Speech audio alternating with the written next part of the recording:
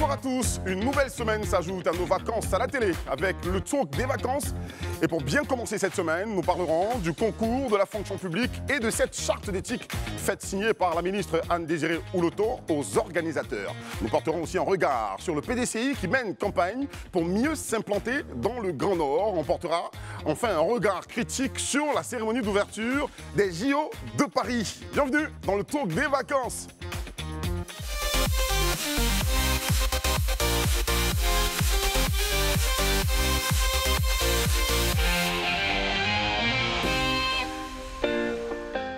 Je le disais, c'est une nouvelle semaine qui commence pour nous tous à la télé, chez vous à la maison. Vous êtes contents, vous êtes nombreux à nous regarder donc depuis le début de ces vacances. On a passé une semaine agréable ensemble. On espère que vous vous êtes bien reposés pendant ce week-end et que vous étiez pressés de nous retrouver. Alors j'ai une surprise pour vous. Quelqu'un qui n'est pas du tout fidèle, qui est là, qui n'est pas là, qui est là, qui n'est pas là. Pourtant vous aimez beaucoup cette personne. On a réussi à mettre la main sur elle. Accueillons ensemble Rayana Assi, la gonatou qui exagère. Rayana, si! Welcome back! Oui! Welcome back, Rayana! Bonsoir à tous! Ah si, tu sais pourquoi je t'appelais? Je dis que je suis pas fidèle. Mais tu es là un jour, en vacances, les vacances dernières, tu nous as lâchés. Oui. Oui. Oui. Le grand talk, pendant la grande saison, tu étais là et t'es parti. On s'était réconciliés pourtant. Avec qui? Et toi, avec qui? On te sait très occupé. Tout le monde est ravi de me voir. Tout le monde est content. Moi aussi, je suis content. Règlement de compte. Règlement de compte en début d'émission. Tu connais Isabelle Vauvor? Très très bien. D'accord. Je te présente juste à côté Arnaud Cuyer. Au plaisir. Arnaud Goyi. Arnaud Goyi, pardon. Arnaud Goyi. Au plaisir. Pas du tout Cuyer. Enchanté. Pas du tout quoi? Pas du tout Cuyer. Cuyer ou Cuyer? D'accord, très bien. Pas du tout Cuyer. Et puis Gandhi Cuyer, enfin. Et Gandhi le Sage. Gandhi le Sage, Oui. c'est comme ça qu'il s'est présenté à toi? Non, c'est comme ça que je l'appelle. Oui. Ah, sinon, tu vas constater autre chose ici. Ah bon? Ouais, bien contraire à ça sur je ce plateau. vais Non, mais penser, bon, je vais c'est une grosse tête qui contient beaucoup de choses et nous apprécions ses avis sur ce plateau. On va y aller tout de suite pour commencer cette émission. On est content de te retrouver, rassure-toi. Au plaisir. Ok. C'est ma famille, au plaisir. Voilà, donc bon retour ici parmi nous. Donc l'info du jour, on y va tout de suite.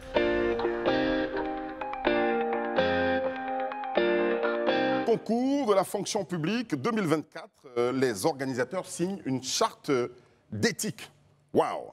Comment pourrait-on déjà définir cette charte d'éthique, Arnaud? C'est une forme de document dont le but est de promouvoir l'intégrité, la transparence, la responsabilité, le respect de l'éthique. Il faut rappeler quand même que dans notre pays, on a été coutumier à plusieurs formes de chartes éthiques, notamment déjà au niveau du gouvernement, où à l'entrée dans le gouvernement, on demande aux différents ministres de signer une charte d'éthique. Et aussi, pendant les élections, présidentielle surtout et quelquefois régionale et législative, on fait signer une charte éthique aux différents candidats. Malheureusement, la charte éthique n'a pas toujours été efficace parce qu'on se souvient des élections de 2010 qui se sont soldées avec plus de 3000 morts et l'une des plus graves crises électorales dans notre pays. D'accord. Alors on va resituer donc, le cadre de cette nouvelle charte d'éthique, n'est-ce pas? Avec toi toujours. Alors, cette charte éthique a été initiée par justement le ministère de la fonction publique pour pouvoir assainir le domaine des concours parce que les concours publics de la fonction publique dans notre pays sont souvent décriés. L'intégrité et la transparence sont souvent critiquées par des personnes qui espèrent entrer dans la fonction publique. Et le ministère s'est dit que ça pourrait peut-être être efficace d'initier une charte éthique pour appeler à la responsabilité l'ensemble des acteurs qui sont engagés dans l'organisation du dit concours. Très bien. Gandhi nous dira donc qui sont les concernés par cette charte d'éthique. Bon, déjà, avant de citer les concernés, il faut d'abord saluer l'initiative. C'est un bon acte, en fait, avec tout ce qui se raconte, les rumeurs concernant des concours en Côte d'Ivoire, parce que avec l'environnement aujourd'hui, tout ce qui est concours en Côte d'Ivoire, on a tendance à croire que les plus méritants ne sont pas toujours en fait les admis. Et c'est pourquoi il faut saluer déjà la ministre d'État pour cet événement majeur. C'est vrai, comme l'autre l'a déjà dit, il y a eu déjà des chartes dans notre pays. C'est le président de la République même qui a eu cette initiative. Déjà, je pense que depuis le 26 juillet déjà 2021, si je les note bien, le président avait déjà initié une charte au niveau déjà des ministres, au niveau du gouvernement, en fait, qui devait être basée sur tout ce qui était transparence, le sens de une charte d'éthique pour la bonne gouvernance. Mais pour cette fois, pour le concours de la fonction publique, je pense que Madame la ministre, Anne Oloto, que je salue au passage, a vraiment frappé très fort. Et les acteurs sont déjà connus. Il y a les préfets de région qui représentent l'État, qui sont directement les représentants du président de la République. Il y a les superviseurs centraux et généraux, il y a les surveillants, les correcteurs et la gendarmerie nationale pour la sécurité. Donc je pense que c'est à ce niveau-là déjà qu'il faut saluer vraiment. Tout le monde est impliqué. Et déjà parce que la fraude, on a tendance à croire toujours que la fraude vient de, en fait, forcément tous ceux qui composent, en fait. Mais la fraude aussi peut être en amont, comme on appelle en aval. Déjà, il y a fraude quand on a de faux diplômes. Il y a fraude aussi quand il y a des gens, des vendeurs d'illusions qui viennent pour dire, en fait, en leur donnant de l'argent, ils pouvaient inscrire votre nom. Donc, Madame la ministre elle nous dit déjà et elle rassure qu'il n'y a que les bosseurs ou les méritants qui pourront désormais avoir le concours de la fonction publique. Et le souhaitable, c'est d'aller au-delà du ministère de la fonction publique, parce qu'il y a aussi d'autres concours en Côte d'Ivoire en dehors de la fonction publique. D'accord. Moi, quand tu dis ça comme ça, j'ai envie de demander à Isabelle, comment en est-on arrivé à cela? Donc, est-ce qu'on en a vraiment besoin d'une charte éthique pour que tout soit normal? Alors déjà, il faut rappeler les mots qu'on connaît au niveau de la fonction publique. Donc il y a l'absentéisme, il y a la lenteur de l'administration, il y a la corruption. Et à ce titre, en fait, il y a l'INS qui a donc sorti une étude qui impute donc au manque de morale et d'éthique des agents de la fonction publique la hausse de 27% du taux de corruption de notre pays. Donc c'est dire en fait qu'il faut saluer cette initiative de la charte d'éthique qui vient justement remettre les acteurs de la chaîne de valeur, en tout cas de la fonction publique, face à leurs responsabilités. Et puis, il faut signaler aussi que cette charte a été institutionnalisée depuis 2022 et chaque année, en fait, elle est signée justement quand des concours doivent se tenir. Donc, la vision et l'objectif sont clairs, équité, transparence et surtout pouvoir bâtir cette confiance, renforcer cette confiance entre l'État et les citoyens usagers donc au niveau de la fonction publique et surtout donc renforcer la crédibilité même du concours en lui-même. Mais au-delà de la charte en elle-même, il faut savoir que depuis plusieurs années, en fait, notre pays est rentré dans une forme de modernité de la fonction publique.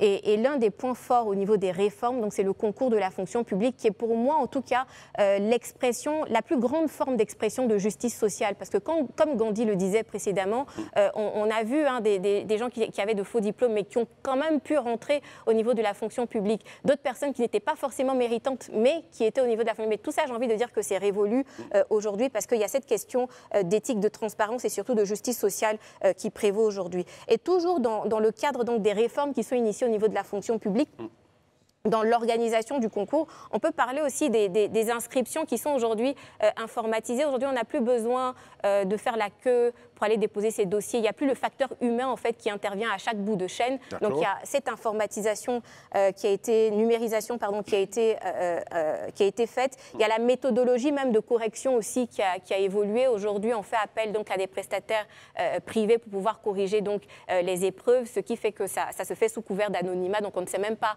qui seront à la charge donc, de la correction des différentes épreuves. Et il y a la charte donc engageante. Et bien entendu, la dernière réforme qui est en cours en ce moment, c'est le référencement biométrique donc des agents de la fonction publique qui permet justement de pouvoir gérer les ressources financières de notre administration publique. Et ça, c'est vraiment à saluer. D'accord. Est-ce qu'il y avait feu en la demeure pour en arriver à ce fait, Rihanna Assy? Quel constat pour qu'on en arrive à ce fait? Qu'est-ce qui s'est passé par le passé? C'est vrai que depuis quelques années, et même peut-être plus, ce concours de la fonction publique a toujours eu une mauvaise image. On va le dire de façon terre à terre, notamment à cause des corruptions. Et moi, je salue, tout comme vous, donc cette initiative, cette charte qui permet, comme Isabelle le disait, de mettre tout le monde face à ses responsabilités. Mais j'aimerais quand même qu'on prenne, nous aussi, nos responsabilités de notre côté. Parce que quand on parle de corruption, il y a vraiment deux parties. Il y a les corrompus et il y a les corrupteurs. Et les corrupteurs, c'est nous. Et on a aussi des responsabilités. Je comprends le gouvernement et on voit toutes les mesures qui sont mises en place donc, pour venir quand même un tant soit peu lutter contre ce qui se passe en interne, parce que c'est vraiment à la maison que ça se passe. Mais qu'est-ce que nous on fait par derrière pour accompagner le gouvernement dans cet élan? Parce qu'on ne peut pas juste rester dans cette position-là et de dire c'est corrompu, l'image du concours de la fonction publique, ça ne va pas. Et puis continuer de corrompre, continuer d'aller falsifier des documents, continuer même de donner de l'argent à des agents, etc. Parlons de façon terre à terre. C'est ce qui se passe. Et puis juste être là et regarder. Cette charte, elle vient tout simplement, pour moi, juste illustrer une volonté du gouvernement. Juste dire, voilà, nous avons compris ce qui ne va pas, nous voulons vous montrer que nous avons la volonté donc, de faire marcher les choses, mais pour moi, c'est vraiment ensemble. Donc c'est vraiment les deux parties qui doivent prendre leurs responsabilités. Pourquoi pas avoir une charte d'engagement ici pour les citoyens, ce serait intéressant. D'accord. Et là, tu as le droit de racler ta gorge. Hein, tu peux le faire. Merci, parce que mon rhume, là, c'est... Ouais, Yako, comme on dit. Arnaud voudrait rajouter quelque chose. Oui, je voudrais rajouter quelque chose justement sur ce que disait Isabelle Vauvor et puis justement sur l'initiative de cette charte. Déjà, je ne suis pas très sûr que la charte va résoudre les maux de la fonction publique. Il faut bien prononcer, hein, donc charte avec l'articulation. Derrière, il ne faut pas penser à autre chose, à l'animal, au féminin, je veux dire. Donc, je ne suis pas très sûr, je ne partage pas l'optimisme d'Isabelle Vauvor qui estime que cette charte va contribuer à résoudre les maux de la fonction publique. Déjà, la charte, elle est relative à l'organisation du concours, pas à la fonction publique elle-même ou l'exercice de la fonction publique. C'est exclusivement l'organisation du concours. Donc, faire une charte à l'entrée ne veut pas dire que pour mieux organiser, ne veut pas dire qu'on aura de meilleurs agents. Deuxièmement, elle a parlé de modernité. Je crois qu'on a encore beaucoup d'efforts à faire au niveau de modernité, parce que même lorsque vous présentez des concours, en général, il y a un droit d'inscription pour le concours, mais au-delà, vous présentez un concours X aujourd'hui, demain vous représentez un autre concours, on vous demandera l'ensemble des documents qu'on vous a demandé déjà pour le concours précédent. Alors que c'est l'administration elle-même qui organise les concours, l'administration a déjà pris nos documents, l'administration est censée déjà nous connaître, donc avoir de la documentation sur nous, mais à chaque concours, on va devoir rééditer nos différents documents, certificats de nationalité, extrait de naissance, etc. Donc, je ne partage pas forcément cet optimisme. Et puis au-delà, je pense que le fait de recourir en fait à la charte est symptomatique du fait qu'il y a peut-être des problèmes au niveau des concours. Parce que pourquoi faire signer une charte éthique à des fonctionnaires ? La fonction publique, tu veux dire ? Oui, non, mais pourquoi faire signer une charte à des fonctionnaires qui sont assermentés, qui ont pris des engagements, depuis la prise de fonction, exactement, et qui ont des règles de déontologie, parce que ceux qui ont signé, on a les préfets, les fonctionnaires, les gendarmes, etc., qui sont tous des agents assermentés et qui sont censés faire leur travail en toute responsabilité. Des preuves d'intégrité. Voilà. Donc, si on doit leur rappeler leur éthique ou leurs engagements, ça prouve peut-être qu'il y a un problème au niveau de l'organisation du concours. Non, je pense tout simplement que la répétition, elle est pédagogique. Si on estime qu'on doit faire signer une charte justement pour que tout le monde soit mis encore une fois devant ses responsabilités, on le fait, il n'y a rien de mal. Après, sur le premier point, on ne va jamais évaluer l'efficacité de cette charte. Non, ce n'est pas l'efficacité de la charte qu'on va évaluer, c'est l'efficacité de tout le dispositif qui est mis en place et que Isabelle donc, a énuméré tout à l'heure, notamment tout ce qui est mis en place au niveau du concours, bien sûr. C'est ça qui va être nos critères d'évaluation. Personne ne va s'asseoir et dire, grâce à cette charte, il n'y a plus de corruption, grâce à cette charte, il n'y a plus de mal. Je rappelle qu'on répète ce qu'on n'a pas entendu. D'accord, on change de côté avec Isabelle. Je pense que Arnaud n'a peut-être pas écouté tout ce que j'ai eu à dire précédemment, parce que j'ai parlé, en tout cas, du référencement, du recensement biométrique des agents de la fonction publique. J'ai parlé d'un ensemble de réformes qui sont en train d'être mises en œuvre donc, au niveau de la fonction publique. Et parmi ce référencement-là, justement, ça permettra donc de bien gérer les finances, mais surtout d'avoir un identifiant unique pour chaque agent et justement pouvoir avoir une meilleure maîtrise donc des différents effectifs. J'ai pas dit et ceci, c'est au-delà de ce J'ai pas dit que la charte engageante sera le seul moyen. J'ai parlé d'un ensemble de réformes, mais je n'ai pas envie de me répéter. Je pense que ceux qui ont déjà une analyse sur un plan beaucoup plus élargi, en fait, que tu as bien fait. Écouté. Gandhi. Moi, ce que je voudrais dire, en fait, concernant la charte, déjà, l'institution de la charte, déjà, dit déjà à l'origine qu'il y a un problème. C'est-à-dire que dès lors qu'on peut instaurer une charte, c'est que par le passé, il y avait un problème. Tout à fait. Et là, déjà, c'est en cela qu'il faut remercier Mme la ministre, qui a reconnu qu'il y a un problème.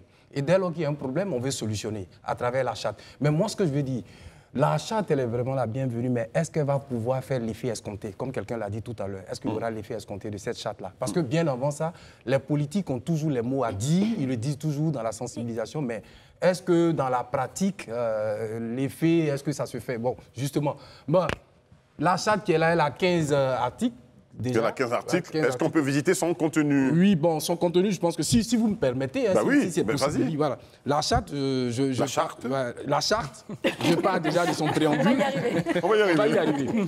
Considérant la nécessité de garantir l'égal accès pour tous aux emplois publics en fonction des qualités et des compétences telles que prévues par l'article 14 de la loi Attention, ça va être long. 886 du 6 novembre 2016. Il faut aller droit au but. On pourra pas, je pense qu'on ne pourra pas tout la lire, mais ce qu'il faut retenir, en fait, elle ventile en fait les valeurs. Il y a des points qui sont bien précisés. Oui, bien sûr. Elle ventile, par exemple, dans ses dispositions générales, l'objet de champ d'application de la charte, elle s'applique à tout ce qui elle contient l'ensemble des règles et des principes des acteurs du processus d'organisation. Très bien, ça on le sait. Ceux qui ont été cités tout à l'heure. Et il faut parler notamment de la dignité, la disponibilité et la responsabilité, comme tout à l'heure, Ryan l'a dit. Voilà. Donc c'est ce qu'il faut retenir en fait. Dignité, disponibilité et responsabilité. Et il y a des infractions à la charte. Très bien. Oui, quand vous ne respectez pas la charte, il y a bien évidemment des sanctions. On peut savoir ces infractions? Oui, au niveau des infractions, je pense que ça part déjà, comme la charte ne le dit pas véritablement, mais elle dit tout simplement qu'il y a des sanctions disciplinaires et des sanctions de poursuite pénale. D'accord. Voilà. Très bien.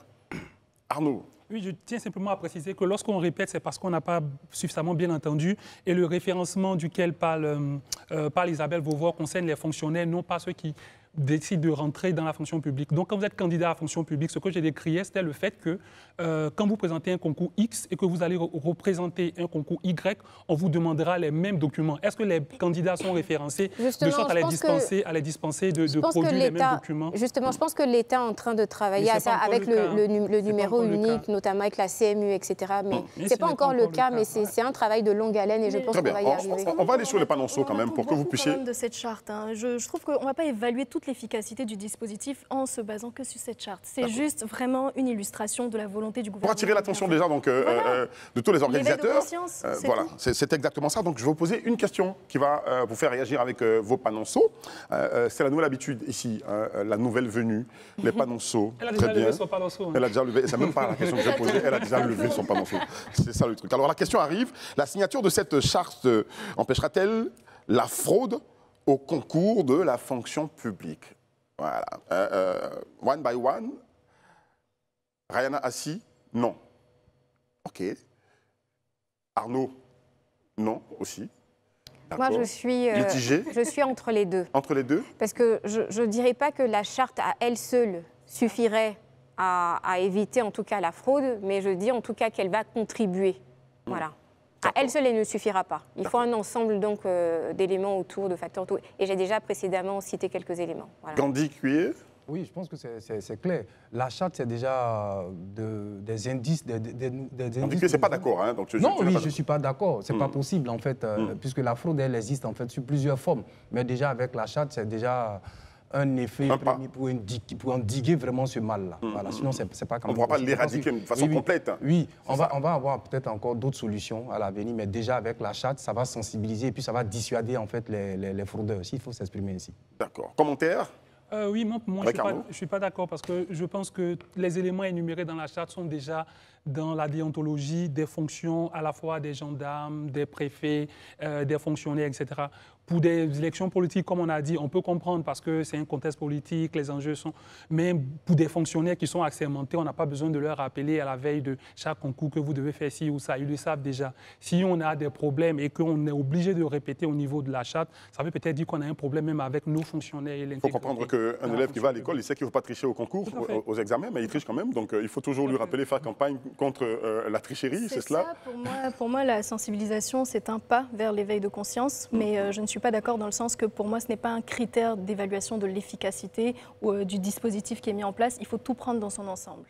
Très bien. Il faut tout prendre dans son ensemble. On a fait le tour de la question. On va observer ce qui va arriver donc, à l'approche de ce concours de la fonction publique. Est-ce que les organisateurs ont bien compris qu'il faut rester intègre, il ne faut pas tricher, il ne faut pas être corrompu, il ne faut pas corrompre non plus. On a besoin d'efficacité aux différents postes au niveau de la fonction publique. On a besoin d'un pays qui avance avec des gens qui respectent les règles. C'est cela. On va évoluer dans cette émission avec le prochain pas. C'est bien, ça fait l'actu. On y va tout de suite.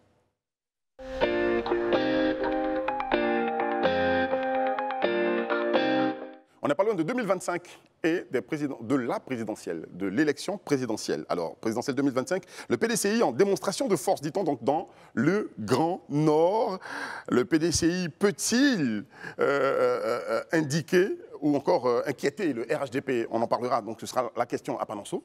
Je vous demande de vous préparer déjà donc à cela. Le PDCI peut-il inquiéter le RHDP sur ses bases au Nord? Mais avant, je voudrais que Rayana nous fasse un petit point sur ce... Qu'est-ce qui s'est passé? Oui. Alors, c'est une délégation donc, du Parti démocratique de Côte d'Ivoire, le PDCI-RDA, qui a séjourné donc, à Ferkessédougou ce samedi 27 juillet, à l'effet donc, de sensibiliser les militants de ce parti à s'inscrire massivement sur la liste électorale. Alors, quelques éléments de langage qu'on a pu retrouver dans les propos qui ont été tenus, c'est nous devons gagner l'élection présidentielle en 2025 et cela passe par notre inscription massive sur la liste électorale. Chers parents, levons-nous et sortons pour nous inscrire. Ainsi, notre parti, une fois au pouvoir, va régler tous les problèmes qui minent notre pays depuis 1999, a déclaré donc M. Soro, qui faisait partie donc de cette délégation de représentants du PDCI-RDA qui étaient donc à Ferkessédougou pour appeler leurs militants à s'inscrire sur la liste électorale. La date est précise. Est-ce que Gandhi sait pourquoi 1999, avant d'aller un peu plus loin dans son analyse, pourquoi depuis 1999? Ça se justifie déjà depuis 1999, le PDCI a perdu le pouvoir de façon musclée. C'était un coup d'État qui a dégagé le PDCI. Et déjà, depuis lors, le PDCI ne s'est plus jamais retrouvé pour retrouver cette partie du pays-là. Donc, je peux dire que c'est une reconquête. Le PDCI repart reconquérir le Nord qu'il a perdu depuis des lustres.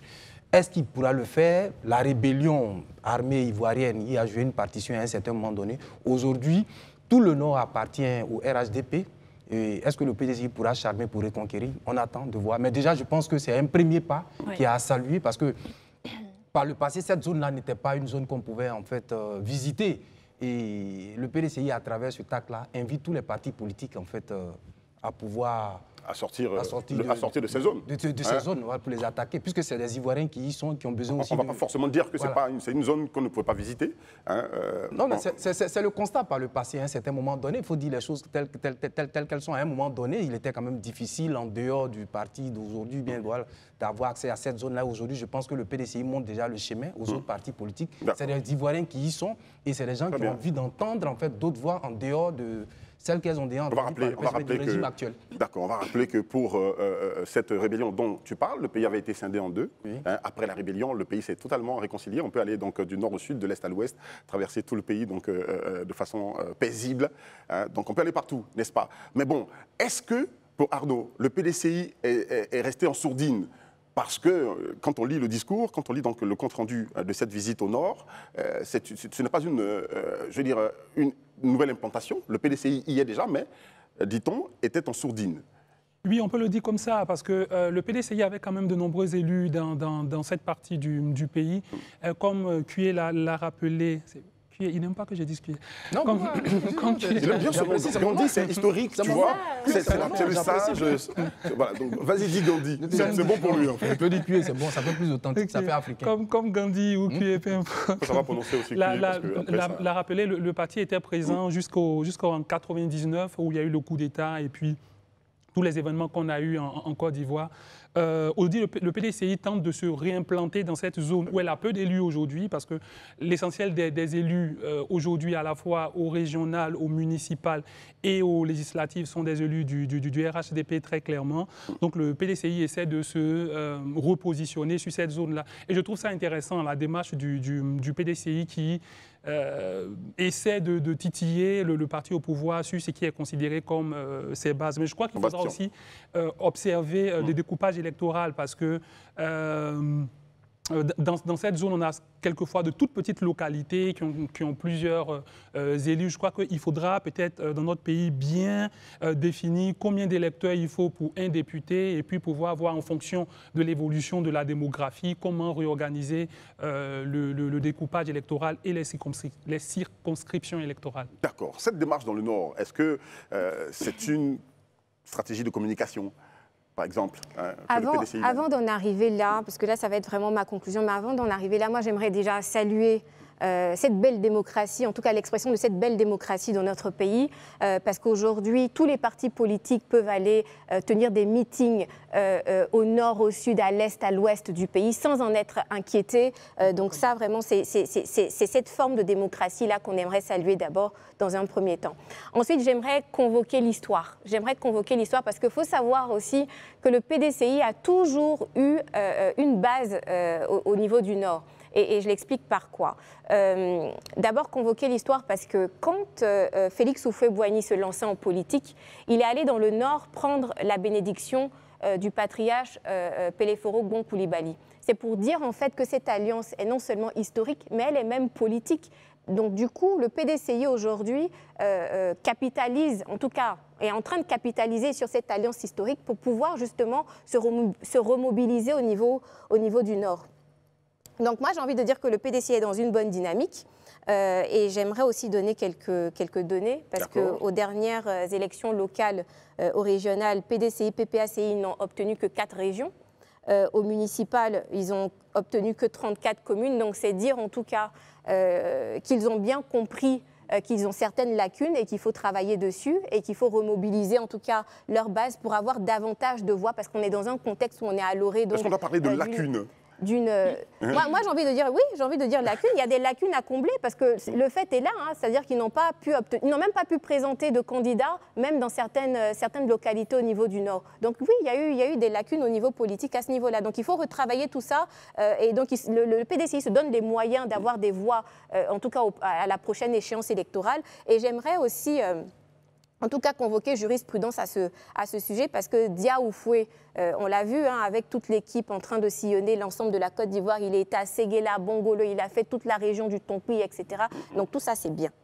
Cependant, le RHDP est implanté fortement. Un petit slalom quand même. Est fortement implanté dans le. Laissez-moi terminer mon propos, merci.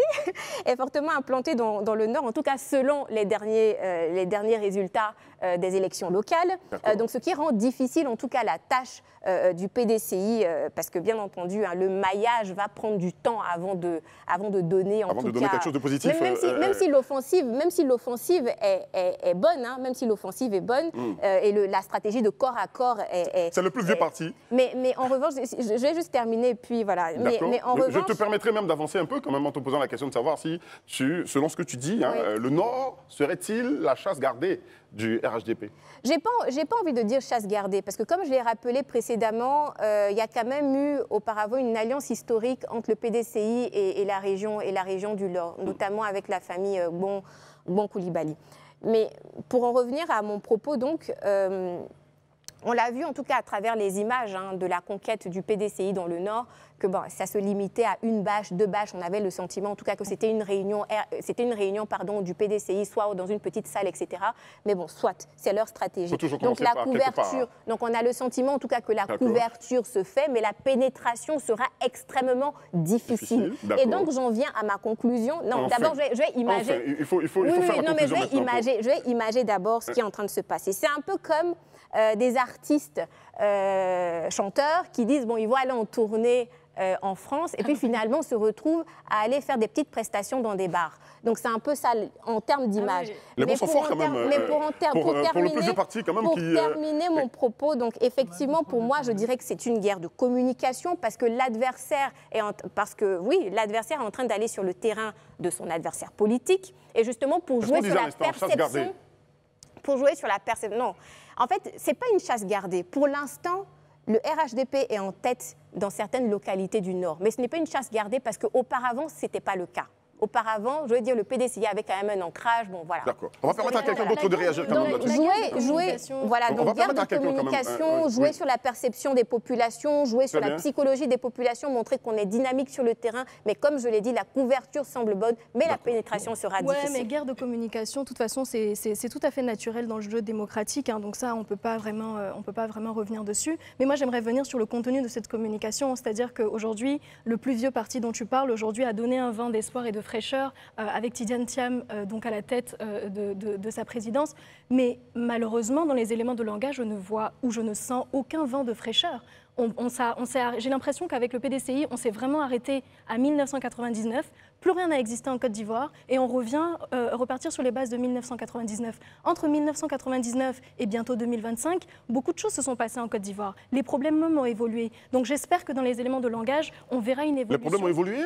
les Dans le problèmes sens ont de évolué. la résolution, hein, de leur résolution. Non, pas dans le sens de sont la devenus plus grands. résolution, la non-résolution. Certains ont changé. Je veux dire, ce pas les mêmes problèmes. On n'est pas sur les mêmes mots de 1999. À un moment, moi, j'espère vraiment qu'en avançant dans le temps, parce que là, on ne peut pas encore juger, parce que tous les éléments de communication, tous les éléments de langage ne sont pas encore sortis, entre guillemets, mais j'espère vraiment qu'on va se retrouver avec un parti qui nous vend quelque chose de vraiment factuel, qui nous vend quelque chose de vraiment nouveau et qui répond vraiment aux besoins des populations. C'est très important. Moi, à ce niveau-là, je pense qu'il faut développer d'autres réalités. Hein. La réalité au Nord aujourd'hui, c'est quoi? C'est pas que les autres partis ne veulent pas y aller, mais à un certain moment donné, il y a le fait qu'il y avait la violence qui a régné dans cette zone-là et les autres partis n'étaient pas les bienvenus. Je donne un exemple tout simple. Aujourd'hui, vous constatez avec moi qu'en dehors du Nord, au Nord, par exemple, tous les élus sont des originaires du Nord. Ce que vous n'allez pas constater peut-être dans le Sud, où il y a des élus qui sont, par exemple, issus, qui sont originaires du Nord. Ce que nous voulons aujourd'hui, il faudrait que la Côte d'Ivoire devienne une république véritable, elle devienne où au Nord, on peut avoir, par exemple, quelqu'un qui soit issu du Sud, qui soit issu du Centre, est candidat et il a gagné, par exemple, au nom d'un autre parti politique. Voici la réalité des faits. Et quand vous me dites, par exemple, que non, aujourd'hui, parce que le PDCI n'avait pas accès à cette zone comme les autres partis, et déjà, quand le PDCI, déjà aujourd'hui, donne cet exemple-là, il essaie de faire la pénétration. C'est une grande première. Est-ce que les peuples encore du Nord vont continuer à les accepter rien que pour la circonstance, ou bien ça va devenir continuel? Il faudrait que cette pénétration, ou bien cette façon de faire politique soit permanente. Mais ça dépend de ce qu'on leur dit là. Non, justement, à un moment donné, les populations du Nord ont été intoxiquées, on leur a fait croire certaines choses. Et aujourd'hui, je pense que quand le PDCI y va, c'est en cela qu'il faut saluer Rihanna. C'est déjà bon, mais ça ne suffit pas. Pour que la politique, aujourd'hui, notre démocratie ait un nom au sens du mot, il faudrait que ces zones du Nord-là soient régulièrement accessibles à n'importe quel parti politique, à n'importe quel individu, et qu'on puisse savoir que demain, dans ces élus-là, il y a des gens qui ne sont pas forcément originaires du Nord, qui viennent d'ailleurs et qui ont été des élus. Voici ce à quoi nous invitons aujourd'hui les autres partis politiques et les politiques. D'accord.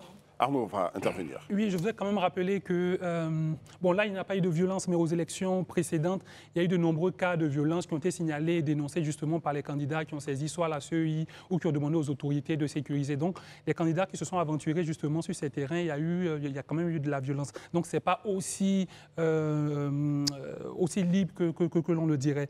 Maintenant, est-ce que le PDCI s'est arrêté sur les mots d'hier? Non, je ne pense pas. C'est juste un outil de communication. Le PDCI estime qu'il a gouverné jusqu'en 99. Et il estime après qu'il allait en alliance, etc. Mais il n'a pas eu l'exclusivité du pouvoir. Donc il veut se départir un tout petit peu il tente, bon gré mal gré, il tente de se départir du bilan qui est fait depuis 2000 jusqu'à 2024 à aujourd'hui. Donc il rappelle les différents faits du PDCI pendant qu'ils étaient encore au pouvoir, etc. Et c'est sur ça qu'ils s'arrêtent. Ils ne sont pas arrêtés sur les problèmes d'aujourd'hui, mais se sont arrêtés sur le fait qu'ils sont partis de... Il faut qu'on sorte de l'utopie politique, dit-elle. Moi, j'aimerais réagir sur ce que Gandhi a dit précédemment. Oui, très rapidement. En fait, il s'insurge du fait qu'il n'y ait pas de nom à consonance sudiste au niveau du Nord. Mais le PDCI n'a même pas pu présenter de candidats dans le Nord. Présenter des candidats et puis il y aura des élus en fait issus du Sud là-bas. Enfin, moi, c'est juste ça que je voulais dire. Et puis finalement, la Côte d'Ivoire est une et indivisible. Il ne faudrait pas qu'on s'arrête en fait sur l'ethnie ou alors des noms à consonance nordiste, sudiste, etc. Moi, je pense que vous dites la même chose. Je pense que merci beaucoup. Il faut juste qu'on soit ivoirien. Très bien. Puis, voilà. On est tous d'accord là-dessus. Notre question à Panonceau, donc à présent, le PDCI peut-il inquiéter le RHDP sur ses bases au Nord, étant donné qu'il est majoritaire depuis toutes les élections, donc dans cette zone du pays? Isabelle Vauvor, pas d'accord, donc non, on va dire non. Non. D'accord. Juste à côté de toi, Gandhi, d'accord, c'est possible. Ok. Arnaud, d'accord. Et puis Rihanna, pas pour l'instant. Pas pour l'instant. Pas pour l'instant? Pas pour l'instant. Vas-y, développe. Pas en l'état actuel des choses, parce que c'est un vrai travail de maillage politique qui a été fait pour avoir cet ancrage territorial aujourd'hui du RHDP. Laissez les panonceaux sur la façade de votre choix, ça va donc demander au PDCI-RDA, si vraiment il veut devenir, j'ai envie de dire, le challenger de cette région-là, soit beaucoup de temps, soit beaucoup d'investissement dans cette localité. Donc c'est pour ça que je dis pas pour l'instant, parce qu'une fois qu'ils auront l'un des deux, ça pourra se faire et s'envisager. Arnaud? Moi, je suis d'accord parce que je trouve que le PDCI est dans une dynamique. Est-ce qu'elle ira jusqu'à déloger certains cadres et surtout certains élus du RHDP sur cette zone? On appréciera, mais je trouve que la dynamique dans laquelle ils sont peut les envoyer très loin. D'accord. Gandhi? Bon, moi je dirais, la politique elle est dynamique, la vie est mouvante, les choses bougent. Il y a 20 ans en arrière, il y a certains bastions aujourd'hui qui n'étaient pas des bastions du RHDP qui ont changé. Et tant qu'on évolue, il y a une nouvelle dynamique avec le président Thiam qui arrive déjà. Surtout que par le passé, il y avait des élus PDCI. Donc pour moi, la reconquête est 2025, c'est quand même juste à côté. Oui, mais justement, la reconquête est toujours possible. Et je pense que par un travail acharné, sérieux, à travail constant, sérieux, succès certain. Succès certain. Donc, je suis optimiste. Je suis optimiste, en fait, pour qu'il y ait changement. Oui. Et le PDCI va y arriver déjà avec ce qu'ils ont commencé. Isabelle, estime que non? Moi, je pense que non, parce que comme je l'ai dit précédemment, la couverture est bonne, mais la pénétration sera extrêmement difficile, parce que ça fait des années, en tout cas, que le RHDP a investi le terrain, depuis le temps du RDR, etc. Donc, je pense, en tout cas, que ça sera difficile. En tout cas, pas pour 2025, quoi. Pas pour 2025? 2025, oubliez, peut-être penser à... Quand on parle de stratégie corsée, qu'est-ce qu'il pourrait faire, ce parti? Déjà, commencer par changer les éléments de langage, parce que je pense que les gens sont fatigués d'entendre oui, depuis telle année. Je pense qu'on a envie vraiment qu'on touche les vrais problèmes de notre société, qu'on nous dise des choses qui sont factuelles. C'est pour ça que je dis, il faut qu'on sorte de l'utopie politique. C'est facile que je vienne sur le plateau et que je dise, moi je peux avoir les meilleurs arguments, plaire à tout le monde. Non, mais dans la réalité des faits, comment est-ce qu'on traite chaque sujet? Qu'est-ce qu'on propose? C'est pour ça que je dis, j'attends de voir ce qui va être proposé dans les éléments de langage à venir. C'est ça, parce qu'on a l'impression que ce sont des gens qui sont frustrés, qui sont sur le terrain. Et donc, du coup, Isabelle, une dernière bombe. Elle a tenu à faire sa dernière bombe quand même. Isabelle, aucune frustration, personne n'est frustré. N'utilise pas en fait de termes aussi durs. Merci Isabelle. Quand je parle de frustration, Isabelle, parce que mon panonceau. Pas d'accord. Ok, merci.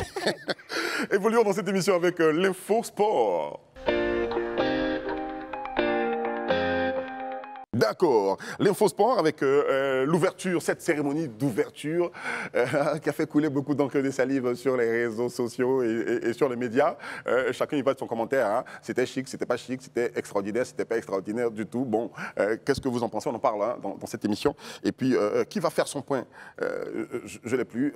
On va y aller avec Gandhi quand même. Hein. Bon, les JO, hein, comme on l'a déjà dit, on attendait la Côte d'Ivoire dans plusieurs disciplines. Malheureusement, ça n'a pas été le cas. Et aujourd'hui, avec... Pas encore. Ça n'a pas encore été le cas. Oui, bon. En fait, déjà, avec les premiers résultats que nous avons, je pense que ça n'a pas encore été le cas. Mais déjà, les JO, on attendait vraiment mieux que ça. Il y a beaucoup de choses qui se disent. Est-ce que l'ouverture a été bonne? En fait, les avis sont partagés là-dessus. Jusqu'à ce jour-là, les Africains, qu'est-ce qu'on pense au niveau des primes? Qu'est-ce qu'il y a? Je pense que il y a beaucoup de choses qui se disent quand même. Oui, beaucoup de choses se disent. Ryan va nous faire un point tout de suite.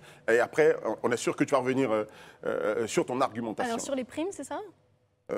La cérémonie d'ouverture, la prestation des artistes. Alors la cérémonie d'ouverture, pour moi, ça a été un régal. Franchement, je pense que les avis sont très partagés, mais pour moi, ça a été un régal parce qu'il faut quand même regarder tout ce qui a été investi dedans, toute la scénarisation, les différents tableaux qui ont été proposés, qui sont assez représentatifs de la France d'aujourd'hui quand même.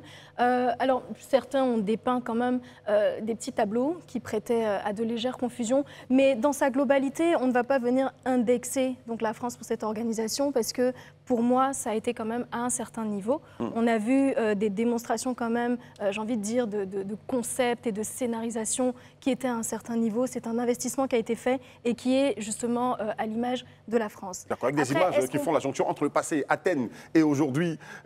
Oui, on a eu vraiment de l'histoire, on a eu une représentation quand même de toutes les couches sociales françaises, un tout petit peu, peut-être pas toutes, mais quand même assez bien représentées en majorité. Certains tableaux donc, qui ont laissé quand même certaines croyances assez perplexes, ça on pourra revenir dessus si vous le souhaitez. Mais je pense que ce qui a été vraiment le petit nerf de la polémique, c'était l'argent. Et c'est toujours le nerf de la guerre de toute façon, c'était l'argent. Qu'est-ce qu'on a dit à propos de l'argent? Alors on a eu de la polémique sur les cachets des artistes, notamment le cachet de Céline Dion. Notamment le cachet de Céline Dion qui devait s'élever autour de... Alors, ce qui a été dit, c'est que quand il s'agit de recevoir 2 millions d'euros, elle n'est plus malade. Mais ça reste à vérifier parce que ça a quand même été démenti donc, par certains membres du comité qui ont dit que les artistes ne touchaient pas donc, de cachet pour leurs prestations et que ce qui était pris en charge, c'était les frais de scénarisation des différentes prestations. Ça reste encore une fois à vérifier. C'est la seule compétition sportive qui ne donne pas d'argent aux athlètes et aux artistes, aux participants. Alors, la seule, je ne sais pas. Ce que je sais, c'est que des médailles sont données. On a quand même un bout de la Tour Eiffel dans chacune de ces médailles. Et donc ça, c'est plutôt intéressant. C'est un beau souvenir. Un bout? Après, une représentation, un bout? Un tout petit bout de la Tour Eiffel, apparemment. Je ne sais pas si c'est s'ils ont coupé le métal. Oui, attention à ne pas la fragiliser. Mais on a un vrai bout factuel de la Tour Eiffel, donc inséré dans chacune de ces médailles. C'est assez intéressant. Mais au-delà de ça, ce qui est vendu comme récompense de ces Jeux olympiques, je pense, c'est toute l'image, toute la crédibilité, toute la notoriété qui est donnée aux différents pays participants, parce que ça reste quand même un excellent tremplin de visibilité pour chacun des pays qui participent. Ensuite, de ce que j'ai compris, on a des différents pays qui donnent à leurs joueurs, et je vois Gandhi sourire, qui donnent à leurs joueurs différentes primes, donc qui sont évaluées de façon très subjective par pays. Je vois Gandhi sourire. Est-ce que Gandhi, tu as quelque chose à rajouter sur ces primes? En fait, je pense qu'elle a tout dit, hein, mais c'est le contenu au niveau de la somme, en fait. Rien n'a été dit, en fait, trop de spéculations.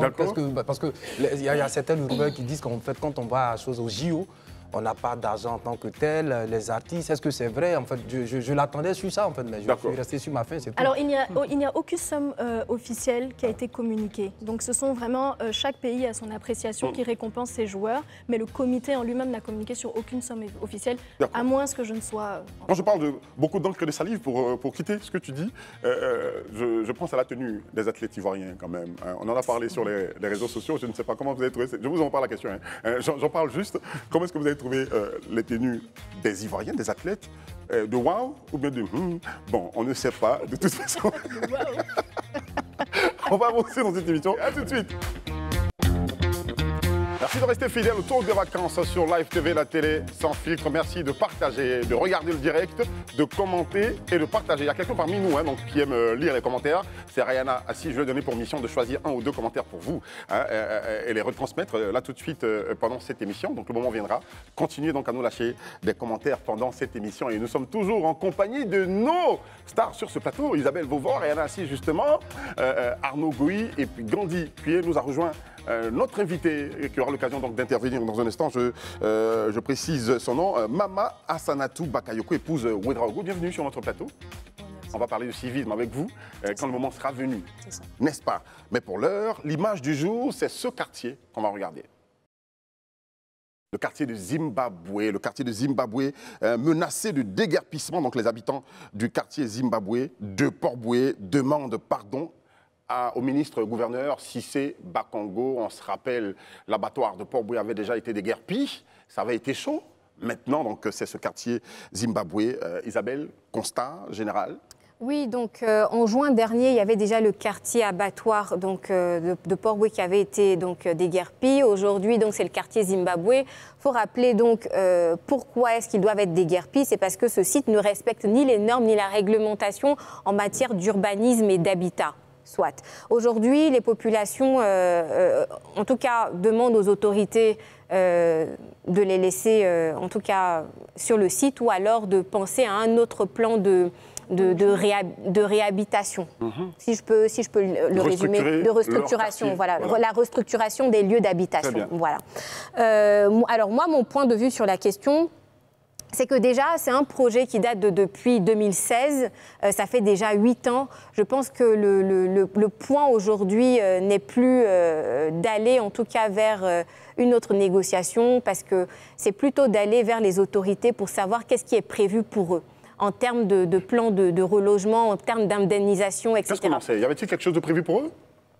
Alors oui, normalement, il y a quelque chose de prévu pour eux. Je ne sais pas exactement quoi, mais en tout cas, au niveau du district, c'est quelque chose qui a été, en tout cas, pensé. Je sais aussi que depuis le mois de février, au dernier Conseil des ministres du mois de février, enfin, le tout premier Conseil des ministres du mois de février, le président de la République avait vraiment donné instruction à l'ensemble de ses ministres de pouvoir faire une politique, en fait, à visage humain. Et il avait, en ce sens, en tout cas, désigné le Premier ministre comme étant le mandant principal pour la gestion de toutes ces opérations de déguerpissement, parce que de toute façon, le développement doit se faire, voilà, force à la loi, et ce qui doit se faire pour accompagner les populations sera forcément respecté par l'État. On a tous lu la mise en demeure. Il n'y a pas de plan de relogement dans cette mise en demeure. Qu'en est-il, Arnaud? En tout cas, s'il y a un plan de relogement, il n'est pas très connu. Et on a décrié ça ici, justement, le manque de communication. Tout est fait comme si la communication institutionnelle n'était pas forcément importante, ou la communication auprès des citoyens, même en général, n'était pas forcément très importante. Quand on casse, ça attire forcément des foudres. Et si en plus de cela, on doit taire un certain nombre d'informations, on va construire une opinion publique qui sera hostile, alors qu'il peut arriver des fois où les démolitions sont intéressantes. Trop cassé, assez construit le développement sur des larmes, c'est pas forcément toujours intéressant. Et puis, ça me tonnerait qu'on ait un plan de relogement et que les populations demandent justement pardon, parce que si elles doivent être relogées sur le site identifié, si elles doivent avoir de nouveaux logements, demander pardon pour ne pas aller dans de nouveaux logements, ça me semble pas très cohérent. Peut-être que le district aura à communiquer dessus, on le verra dans les prochains jours, mais pour l'instant, rien n'a été communiqué. Et je trouve que c'est quand même dommage que tout se fait finalement dans les larmes, et dans chacun des quartiers, on n'a que des larmes. On développe le pays, on détruit certaines zones dites dangereuses, mais il y a des larmes. Est-ce que vous pensez, vous avez entendu parler d'un plan de logement? Bon, en fait, jusqu'à preuve de contraire, en fait, l'autre l'a déjà dit, les choses ne sont pas très bien claires. La communication n'est pas fluide à ce niveau-là. On sait qu'on casse, mais on ne sait pas comment les gens sont relogés. En fait. Et c'est ce qui manque. Et c'est là que nous voulons inviter l'État déjà à pouvoir informer, communiquer, pour savoir déjà quand les populations sont délogées, où elles vont. Parce que nous savons déjà, aujourd'hui, on sait que dans le Grand Abidjan, il y a eu des grandes zones, par exemple, qui seront déguerpies, mais qui seront en fait cassées. Mais est-ce que ces zones-là, ceux qui y habitent là, sont en fait relogés? On ne sait pas grand chose. Et c'est là que nous attendons en fait l'État pour communiquer vraiment à grande échelle là-dessus. Voilà. Donc déjà depuis 2016, pour un projet qui tient, je pense que les gens devaient quand même savoir où est-ce qu'ils vont, et puis combien est-ce qu'on les a indemnisés. Mais jusqu'à preuve de contraire, on n'est pas très souvent informés. Et c'est là que nous voulons jeter la pierre à l'État. Puisque le président de la République l'a déjà dit, il faut donner un caractère humain. Mais qu'est-ce qu'on met dans ce contenu-là? Voilà, c'est là, ça laisse à désirer. Parce que chaque fois, les gens vont pleurer, les gens vont venir comme s'ils étaient étonnés. Mais déjà en amont, il faut déjà aussi que l'autorité nous dise où est-ce que ces populations-là vont.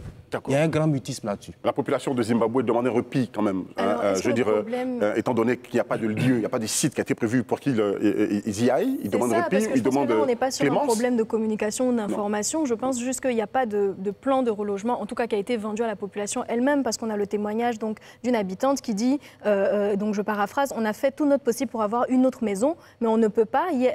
On me parle de 80 000, 60 000 et 70 000, pourtant dans ce quartier, je paye 20 000. Donc c'est clair, quand on a un témoignage comme ça, qu'il n'y a pas eu de discussion avec justement les personnes qui habitent dans ces zones-là pour en tout cas leur vendre un plan de relogement. Et donc nous on se pose des questions sur les plans de relogement qui avaient été annoncés en tout début de ces opérations de déguerpissement. C'est une situation assez délicate parce qu'on sait donc que le gouvernement a vraiment ses raisons donc, qui sont pertinentes et qui sont factuelles. Absolument. Mais par derrière, comme on le dit, ce visage humain, on ne le voit pas encore parce qu'à chaque fois qu'il y a déguerpissement, il y a des cris de cœur et des cris de cœur qui sont légitimes finalement. Parce que les personnes, tout ce qu'elles demandent, c'est d'avoir un endroit où aller parce qu'elles sont installées là depuis quand même un bon bout de temps. Donc je pense que c'est quelque chose qui doit se faire accompagner. Il faut vraiment que la politique sociale soit un peu plus accrue et c'est peut-être de l'émotion malheureusement, mais on est dans une société, il faut regarder ces côtés-là. Pour ce qui concerne les projets de l'État de Côte d'Ivoire, il y a des projets qui nécessitent relogement. Il y en a où on prévoit donc indemnité. Qu'en est-il ? Est-ce qu'il y a eu des indemnités qui sont prévues ou relogement? Je voudrais que tu comme on le disait tout à l'heure, on n'a pas entendu en tout cas de chiffres ni de lieu sur un probable relogement. En général, il y a vraiment indemnisation lorsqu'il y a expropriation pour cause d'utilité publique. C'est-à-dire que vous avez votre bien, comme c'est le cas dans le village d'Adjamé, là, vous avez votre bien, on vous dépossède de votre bien parce que l'État en a besoin, soit pour une route, etc., etc. En général, là, il y a indemnisation et l'indemnisation est même un préalable selon la loi avant de casser, etc. Parce que vous avez votre bien et il est dépossédé pour l'intérêt de tout le monde. Mais dans ce genre de cas de déguerpissement, il n'y a pas forcément d'indemnisation. Et c'est véritablement là qu'intervient ce qu'elle disait tout à l'heure, le volet humain. Parce que ce sont des milliers de personnes. Et si on assemble toutes les casses qu'il y a eu à Abidjan et tous les délogements, déguerpissements qu'il y a eu à Abidjan, on est peut-être près du million de personnes. Donc, avoir des 1, 2, 3 millions ou plusieurs milliers de personnes qui sont délogées sans plan de relogement ou des plans de relogement pas toujours connus, c'est pas très intéressant. Et c'est ce que je disais tout à l'heure, beaucoup de larmes dans la construction d'une ville ou dans la modernisation d'une ville. À la fin, on modernise pour qui? Même s'il y a désir de développement, le développement, il est fait pour qui? Il est fait pour les populations. Je veux dire, lutter contre le désordre urbain, d'accord, mais il faut quand même un jet très important d'humanisme. On a dit trop de larmes.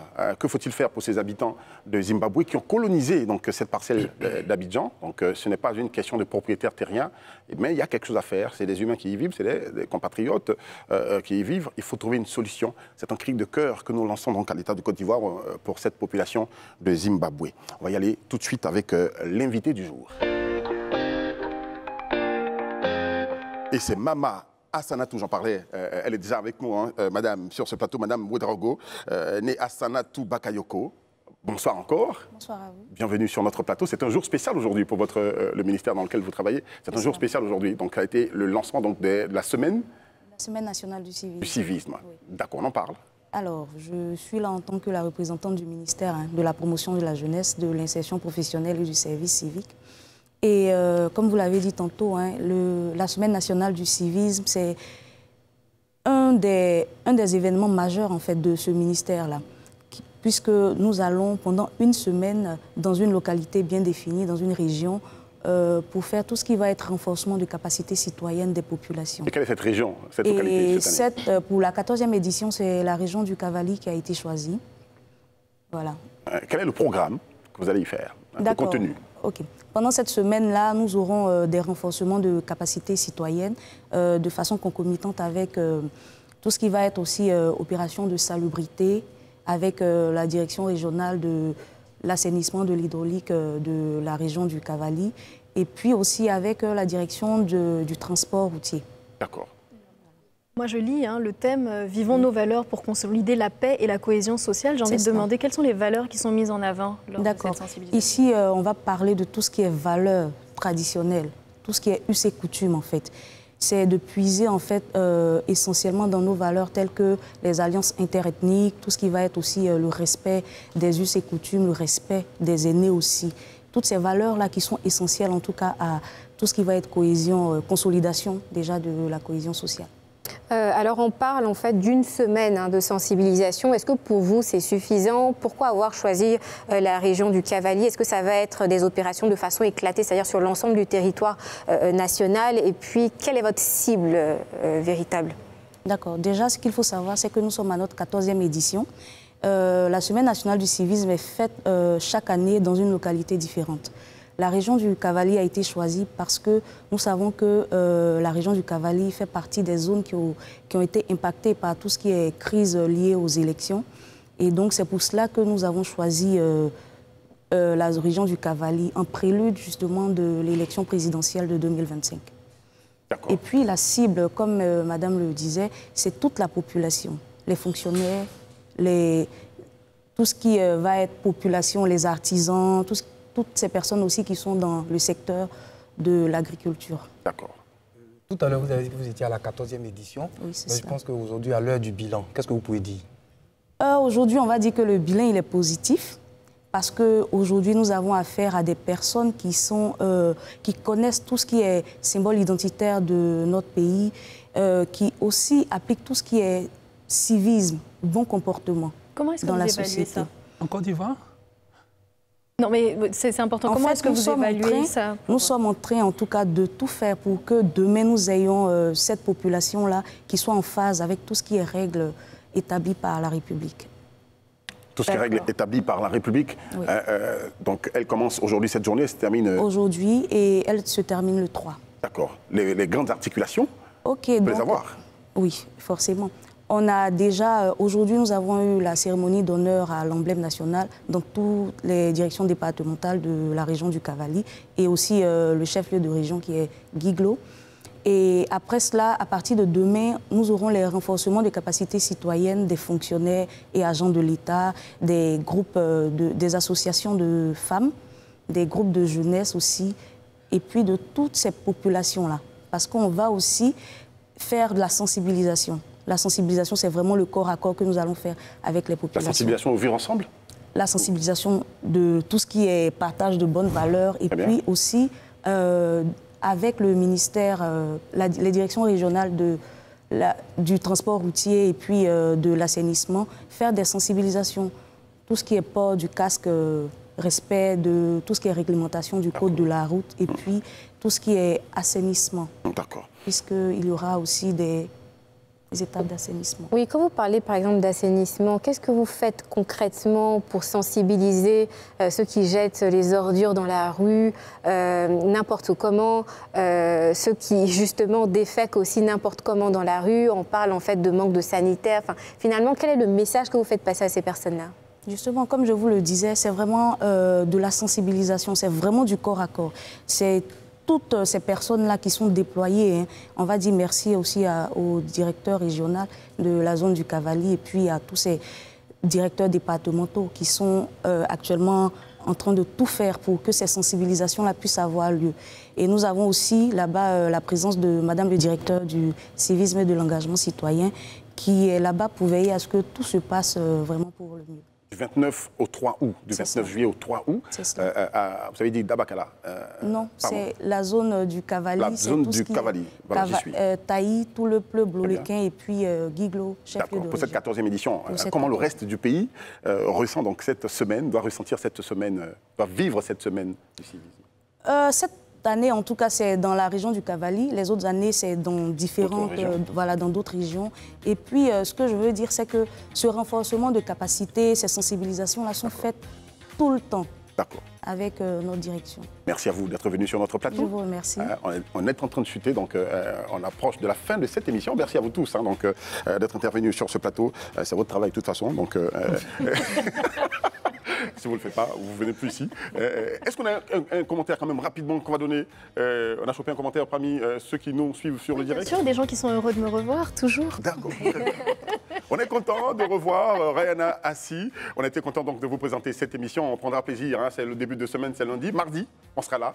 Même heure, même fidélité, même énergie, avec des sujets encore plus croustillants. Merci de rester avec nous sur Live TV, la télé sans filtre. Shalom.